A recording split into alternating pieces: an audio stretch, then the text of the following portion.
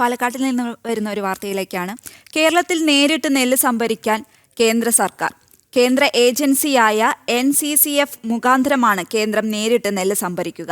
BJP സംസ്ഥാന അധ്യക്ഷൻ രാജീവ് ചന്ദ്രശേഖറിന്റെ ഇടപെടലിനെ തുടർന്നാണ് നടപടി. അതേസമയം NCCFന് നെല്ല് നൽകുന്ന കർഷകർക്ക് ഒഡീഷ, തമിഴ്നാട് മാതൃകയിൽ കേരളം സംസ്ഥാന വിഹിതം നൽകാൻ തയ്യാറാകണമെന്ന് സംയുക്ത കർഷകവേദി ആവശ്യപ്പെട്ടു. സംസ്ഥാന സർക്കാരിന്റെ സപ്ലൈകോ മുഖേനയുള്ള നെല്ല് സംഭരണം കീറാമുട്ടിയായി തുടരുമ്പോഴാണ് ഈ മാസം അവസാനം മുതൽ കേന്ദ്ര സർക്കാർ കേരളത്തിൽ നിന്ന് നേരിട്ട് നെല്ല് സംഭരിക്കാൻ ഒരുങ്ങുന്നത്.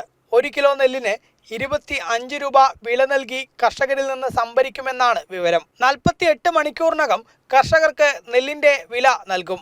കേന്ദ്ര ഭക്ഷ്യവകുപ്പ് മന്ത്രിയും അതുപോലെ തന്നെ കേന്ദ്ര കൃഷി വകുപ്പ് മന്ത്രിയും NCCFന്റെ MDയുമായിട്ട് എല്ലാം നടത്തിയ ചർച്ചയുടെ അടിസ്ഥാനത്തിൽ സംസ്ഥാന സർക്കാർ നടത്തുന്ന ഇത്തരത്തിലുള്ള കർഷക ദ്രോഹത്തിനെതിരായിട്ട്, അതുപോലെ തന്നെ സ്വകാര്യ മില്ലുകളുടെ ചൂഷണത്തിൽ നിന്നും കേരളത്തിലെ കർഷകരെ രക്ഷിക്കുക എന്നുള്ളതിൻ്റെ അടിസ്ഥാനത്തിൽ NCCFന്റെ നേതൃത്വത്തിൽ കേരളത്തിൽ നെല്ല് സംഭരിക്കാനുള്ള തീരുമാനത്തിലെത്തിയിരിക്കുക.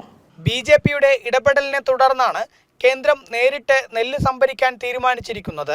നേരത്തെ BJP സംസ്ഥാന അധ്യക്ഷൻ രാജീവ് ചന്ദ്രശേഖർ കേന്ദ്ര കൃഷിമന്ത്രിയെയും ഭക്ഷ്യ പൊതുവിതരണ വകുപ്പ് മന്ത്രിയെയും നേരിൽ കണ്ട് ആവശ്യം ഉന്നയിച്ചിരുന്നു.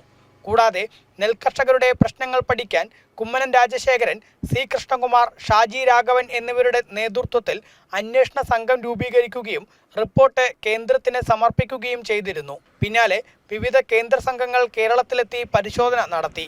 ഒടുവിലാണ് സുപ്രധാന തീരുമാനം ഉണ്ടായിരിക്കുന്നത്. അതേസമയം NCCFന് നെല്ല് നൽകുന്ന കർഷകർക്ക് ഒഡീഷ, തമിഴ്നാട്, ഛത്തീസ്ഗഡ് മാതൃകയിൽ കേരളം സംസ്ഥാന വിഹിതം നൽകാൻ തയ്യാറാവണമെന്ന് സംയുക്ത കർഷകവേദി ആവശ്യപ്പെട്ടു. സംസ്ഥാന സർക്കാരിന് സ്നേഹമുണ്ടെങ്കിൽ ആ 8 രൂപ 80 പൈസ പുനഃസ്ഥാപിക്കണം. കർഷകന്റെ അക്കൗണ്ടിലേക്ക് മറ്റുള്ള സംസ്ഥാനങ്ങൾ ചെയ്യുന്നുണ്ടല്ലോ, തൊട്ടടുത്ത് കിടക്കുന്ന തമിഴ്നാട് ചെയ്യുന്നു, കർഷകന് നേരിട്ട് കൊടുക്കുന്നു. കേരളത്തിന് എന്തുകൊണ്ട് അത് സ്വീകരിച്ചുകൂടാ? കേരളത്തിൻ്റെ ബഡ്ജറ്റിൽ ഉൾപ്പെടുത്തിയിട്ടുള്ള തുകയാണല്ലോ. അപ്പോൾ കേരളത്തിനെ സംസ്ഥാന സർക്കാരിനെ സംബന്ധിച്ചോളം ആരുടെയും അനുമതി വേണ്ട.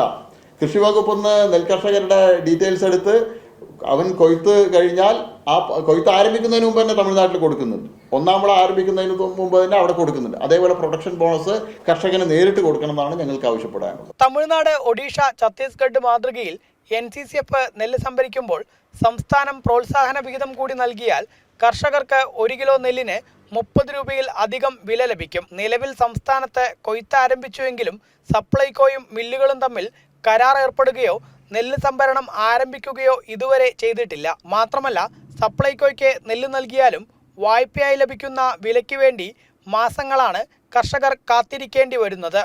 ജനം, പാലക്കാട്.